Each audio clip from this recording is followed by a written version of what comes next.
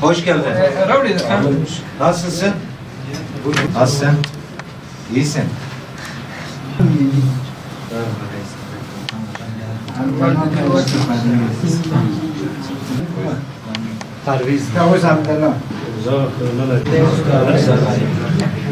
Yolla bu da senin bayramlığın. İdani ya da idani. İle mübarek.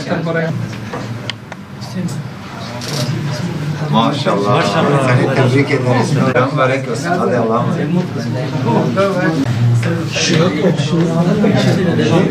Faridullah Aktakbel, Ahmet Yunus Mircan, Rahmetullah, Nurcan, Mehmetcan.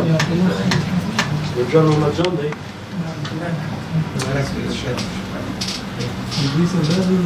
Mübarek olsun.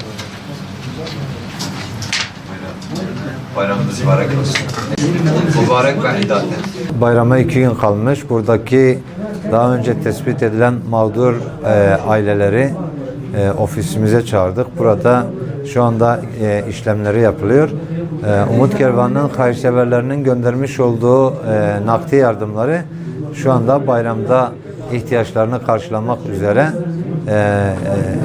ihtiyaç sahiplerine, aynı zamanda yetim ailelerine dağıtacaklar inşallah. 200 yetim aileye ve 161 tane de mağdur aileye aile başı $50 olmak üzere şu anda yardımlar dağıtılıyor. İnşallah bu yardımlar da bayramda ihtiyaçlarını karşılayacaklar. İddat mübarek ve Ehsanullah yaptın Nebi. Mehmet Adil Gül Ağa. İslam mübarek.